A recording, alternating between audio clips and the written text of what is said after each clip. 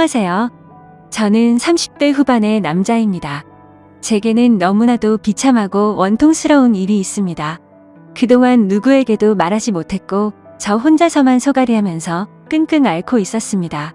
하지만 많은 분들이 보고 계신 이곳에 제 고민을 말씀드리면 조금이나마 제 마음을 털어낼 수 있지 않을까, 혹은 조언을 얻을 수 있지 않을까 하는 마음으로 사연을 보내게 됐습니다. 지금부터 제 인생 모조리 박살나게 만든 이야기 털어놓을게요. 제 부모님은 젊은 나이에 저를 낳으셨습니다. 어머니가 20살이셨고 아버지가 21살 때 저를 낳으셨다고 하더군요. 원래는 그때 당시 밤낮으로 바쁘게 장사를 하고 있던 시기여서 저를 의도적으로 낳으려고 했던 건 아니었다고 합니다. 그렇게 계획도 없이 갑작스럽게 저를 임신하셨고 저를 낳게 되었습니다. 저는 바쁜 부모님을 대신해 어릴 때부터 성인이 될 때까지 할머니 손에서 자랐습니다. 그래서 저는 부모님보다는 사실 할머니를 부모님처럼 모시며 커왔었고, 제게는 누구보다도 부모님 두 분의 사랑이 애틋했습니다. 그나마 어머니는 최대한 시간을 내서 저와 놀아주셨지만 무뚝뚝한 아버지와는 일반적인 가정에 비하면 조금은 더 어색한 사이였죠. 게다가 부모님과 제 나이차가 많이 나지 않다 보니 학창 시절에 어딜 가서 제 나이 듣고 부모님 나이 들으면 다들 놀라워하시곤 했습니다. 그땐 몰랐습니다. 젊은 부모님을 가지고 있다는 게 이런 비극의 시초가 될 줄은 꿈에도 생각하지 못했습니다. 아무쪼록 저는 고등학교를 졸업하자마자 우연치 않게 아는 분의 소개로 뱃일을 시작하게 됐습니다. 제 직업의 특성상 한번 배를 타고 바다를 나가면 짧게는 3개월 정도 걸렸고 길게는 반년 이상 바다에 나가고는 했습니다. 그리고 육지로 들어와봤자 보통 짧게는 2주 안팎으로 머물렀고 길게 있어봤자 2달 정도만 쉬다가 다시 바다로 나갔습니다. 이러한 부분들이 조금은 힘들 때도 있었지만 사람은 익숙함이 무섭다더니 계속해서 하다 보니 힘든 것도 잘 모르겠더라고요. 그렇게 남들과는 다른 생활을 극복하면서 지내다 보니 어느새 제가 타는 배 안에서의 직급도 차츰 올라갔고 연봉도 대기업 연봉 부럽지 않게 벌어서 만족하고 있었습니다. 내성적인 성격이었기에 가끔씩 육지로 내려와도 연애할 생각도 크게 나지 않았고, 긍정적으로 생각하려다 보니 제 나이대 친구들보다 돈을 훨씬 많이 버니까 그게 마냥 좋았죠. 아무쪼록 월세를 내면서 살 바에는 돈을 꼬박꼬박 모으자고 생각해서 적금을 넣었고, 나머지 남는 돈은 부모님께서 사시는데 보태어 쓰시라고 용돈을 보내드렸습니다. 그렇게 시간이 흘러가다 보니 제 나이도 어느덧 20대 중반이 되었습니다. 처음에는 일도 힘들고 생활에 익숙하지 않았던 터라 여자 생각은 전혀 나지 않았는데, 일은 눈 감고도 할 정도로 익숙해져 갔고 모아놓은 돈만 많이 쌓여가다 보니 그때부터는 많이 외로워지더라고요. 그래서 저는 친구를 통해 소개팅 좀 시켜달라고 하게 됐습니다. 그렇게 육지로 들어올 때마다 소개팅을 받았죠. 근데 항상 문제가 되는 건 다름 아닌 제 직업이었습니다. 항상 데이트를 즐겁게 하다가도 제가 일하는 방식을 들으면 하나같이 여자들은 기겁을 하더라고요. 이해가 되지 않는 바는 절대 아니죠.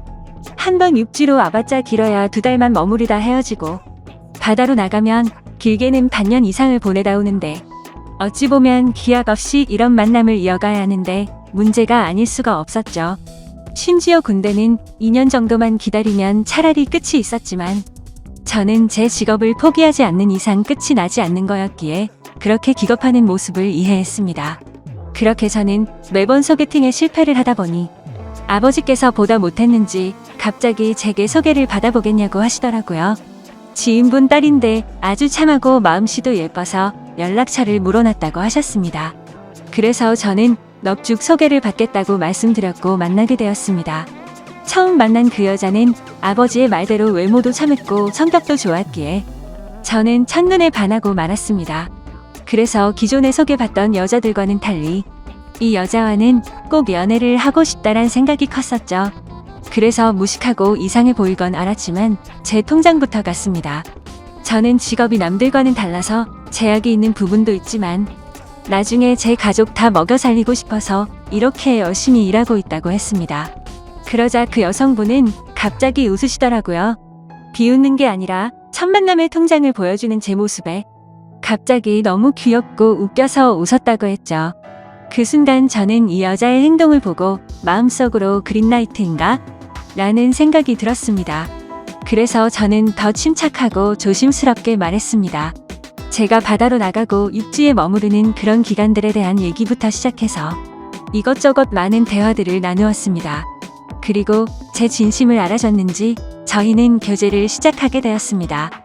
남들과는 너무 다른 교제 방식에 미안하기도 했지만 다른 사람에게 참아 보낼 수가 없었습니다. 많이 이기적인 걸 알았기에 제 모든 진심을 다해서 아껴주고 사랑해줬습니다. 그래서 아내와 1년 정도 사귀었을 무렵 저는 아내에게 프러포즈를 하게 됐습니다. 못난 저 때문에 이렇게 제약적인 만남을 해주는 것도 미안한데 고생하는 모습 보고 싶지 않다고 했습니다. 처가댁은 저희 집과 마찬가지로 돈이 많거나 그런 건 아니었습니다. 평범하게 직장 생활을 하고 계신 장인어른과 가정주부로 살아오신 장모님이셨죠. 그리고 제 아내는 공부에는 별 관심이 없었지만 지방 대학을 나와서 중소기업에서 격리로 일을 하고 있었습니다. 근데 회사에서 집까지 왕복 2시간이 넘게 걸리는 거리라 늘 마음이 쓰였습니다. 그래서 저는 그런 아내를 더 편하게 해주고 싶은 마음과 평생을 함께 하고 싶은 마음에 결혼하자고 하게 되었던 거죠. 하지만 예상대로 아내는 쉽사리 수락을 하지 않았습니다. 제가 싫지 않고 만나서 함께 있으면 너무 행복하고 좋은데 바다로 한번 나가면 너무 오랫동안 못 보는 게 어느 정도 걸린다고 하더라고요. 근데 평생 그럴 걸 생각을 하니 생각할 시간이 필요할 것 같다고 했습니다. 그래서 저는 지금처럼 연애를 하면 내가 육지로 나와서도 우리는 약속 시간을 정해서 서로 만나고 또 다시 집으로 헤어지고 하는 거 시간이 아깝지 않냐고 했습니다. 함께 같이 살면서 조금이라도 더 오랫동안 계속 붙어 있는 게 좋지 않겠냐고 말했죠. 그리고 제 진심을 담아서 말했습니다. 출퇴근하느라 고생하는 것도 그만했으면 좋겠고 하루라도 빨리 우리를 닮은 아기를 낳아서 더 행복한 가정 만들고 싶다고요. 그러자 아내는 고민 끝에 결국 제 프러포즈를 수락해줬습니다. 그렇게 저희는 서둘러서 양가 어른분들을 모시고 상견례를 마쳤고 다음에 육지로 돌아왔을 때 결혼하기로 날짜까지 정하게 됐죠. 참으로 미안했습니다. 제가 신혼 준비를 도와주지 못해서 아내는 제 어머니와 같이 대부분의 결혼식 준비를 함께 하게 되었고 그러는 과정에서 친엄마 친딸처럼 친해졌더라고요. 그래서 저는 아내와 상의 끝에 저희 부모님을 모시고 함께 지내기로 했습니다. 아무래도 제가 자리를 비운 사이 혼자 쓸쓸히 지낼 아내를 생각하니 마음이 쓰이더라고요. 그렇게 저희는 결혼식을 하게 되었고 참 감사하게도 저희는 허니문 베이비가 생기게 되었죠. 저는 바다에 나가 있었고 아내의 임신 소식을 듣자마자 너무 신이 나서 같이 일하는 동료들에게 실컷 자랑을 했고 참 많이 행복했습니다. 저는 기대에 부풀어 행복한 가정을 꿈꾸며 열심히 돈 벌자라는 마음으로 즐겁게 뱃생활을 했습니다. 그렇게 시간은 흘렀고 제 아내는 세상 누구보다 예쁜 딸아이를 출산하게 됐죠. 정말 어릴 적부터 꿈꾸던 가정을 만들고 있는 것 같아서 눈물나게 행복했고 제 인생에 아내와 딸만 있으면 그 어떤 일도 다 할 수 있겠다고 생각했습니다. 그리고 앞으로 아이가 생겼는데 분가를 하는 게 좋을지 물었습니다. 아내는 제 말처럼 혼자 지냈으면 무섭고 외로웠을 것 같다며 부모님과 지내는 게 지금은 생각보다 좋다고 만족해 하더라고요. 저희 부모님도 아내가 참 예쁘고 일도 잘해서 너무 사랑스럽다고 칭찬 일색이셨고 같이 지내면서 손주도 보면 좋을 것 같다고 하셨습니다. 그렇게 저는 모든 것이 다 완벽하다고 느끼고 있었습니다. 하지만 그 완벽한 날들은 오래가지 못했습니다. 정말 슬프게도 제 어머니가 갑작스럽게 교통사고로 돌아가셨습니다. 길을 가다가 급히 무단횡단을 하시다가 달려오던 차에 치여서 세상을 떠나시게 된 거죠. 그때는 어머니를 잃은 슬픔에 잠겨 다른 생각들은 전혀 할 수가 없었습니다. 그로 인해서 앞으로 벌어질 비참한 비극은 생각조차 못했습니다. 어머니를 잃은 슬픔에 잠시 일을 쉬었고 저는 다시 저희 가정을 먹여 살리기 위해 다시 배를 타기 시작했습니다. 그래서 그날부터 저희 집에는 제 아버지와 아내 그리고 딸아이만 있었죠. 어머니를 잃게 됐지만 아버지는 생각보다 괜찮으셨고 제 아내는 노후 증세가 올 정도로 많이 슬퍼했습니다. 친엄마처럼 따르고 지냈었기에 정말 많이 힘들어 하더라고요. 그래서 저는 아내가 걱정되어서 시간이 날 때마다 연락을 했고, 아내는 걱정 말라며 괜찮게 지낸다며 시아버지 또한 잘 지내고 있다고 하더군요. 그런 모습에 저는 점점 아내의 우울 증세가 나아지고 있구나 하고 안심을 했습니다. 그렇게 제 어머니가 떠나가신 지 1년이란 시간이 지났습니다. 제가 다시 바다로 떠난 지 얼마 안 되어서 아내는 임신을 했다고 연락이 왔습니다. 그때도 첫 아이를 가졌을 때처럼 저는 정말 미친 듯이 기뻤습니다. 하늘나라로 가신 어머니가 저희 슬프게 지내지 말라고 선물로 아이를 보내줬다고 생각했습니다. 그날은 어머니 생각이 더 많이 나서 눈물로 밤을 지새웠던 것 같아요. 시간이 또 빠르게 흘러갔고 제 아내는 둘째로 사내 아이를 출산하게 됐습니다. 저는 제 어깨가 더 무거워졌지만 행복했습니다. 사랑하는 아내와 제 2명의 자식들을 위해선 못할 게 없었으니깐요. 이 세 사람을 제 인생의 축복이라고 생각하고 사명감을 갖고 더욱 열심히 살았습니다. 그런데 뭔가 이상한 점이 분명히 있었습니다. 제가 한 번씩 육지에 머무를 때를 생각해보면 아버지는 둘째 아들을 유독 좋아하셨습니다. 첫째 손녀를 낳았을 때는 보여주신 적 없던 모습들을 종종 보여주셔서 뭔가 이상했죠. 손녀 때는 그냥 좀 시큰둥하시던 분이 둘째는 너무 사랑스럽게 대하시기에 저는 단순히 딸이 아니라 사내 아이라서 저렇게 좋아하시는 건가 라고 생각했었습니다. 그러던 어느 날 제 인생에서 가장 비참하고 충격적인 순간의 날이었습니다. 날씨가 좋지 않은 바람에 저희는 예정보다 일찍 하선을 하게 되었습니다. 그래서 깜짝 놀래켜주고 싶은 마음에 미리 연락 없이 즐거운 마음으로 집으로 향했죠. 그때 시간은 한창 아이들이 유치원에 가 있을 시간이었습니다. 저는 저를 보고 반가워할 아내를 상상하며 현관문 비밀번호를 누르고 들어갔습니다. 그런데 뭔가 느낌이 쎄하더군요. 문을 열자마자 아내가 반가워하면서 뛰쳐나올 거라 생각했는데 아무 말도 없이 안방에서 조용한 인기척만 들리더군요. 아, 설마 아내가 딴 남자와 불륜 짓을 하는 건가라는 생각에 극도로 심장이 쿵쾅거렸습니다. 불길한 예감을 안고 그대로 신발도 벗지 않고 달려 들어가서 안방 문을 벌컥 열었습니다. 아니다 다를까. 불길한 제 예감은 적중했고 제 예상대로 아내는 바람을 피우고 있었습니다. 근데 더 충격적인 건 진짜 상상조차 못한 현장을 목격했기 때문이죠. 저는 아내가 바람을 피워서 다른 남자를 집안에 끌어들였구나 생각만 했지. 제 아내와 함께 있었던 상대가 제 아버지일 거라고는 감히 상상조차 하지 못했습니다. 안방문을 여니 아버지와 아내는 다급하게 옷을 입고 있었고 저와 눈이 마주쳤는데 저는 정말 어떤 심정이 들었을까요? 너무 충격을 받은 저는 그 자리에서 주저앉았습니다. 생전 처음 알았습니다.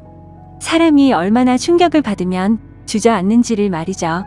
멍하니 넋없이 아무 말도 못하고 있었습니다. 조금 뒤에 아버지라는 가면을 쓴 그 인간은 아무 말도 안 하고 도망치듯이 집 밖으로 나가버리더군요.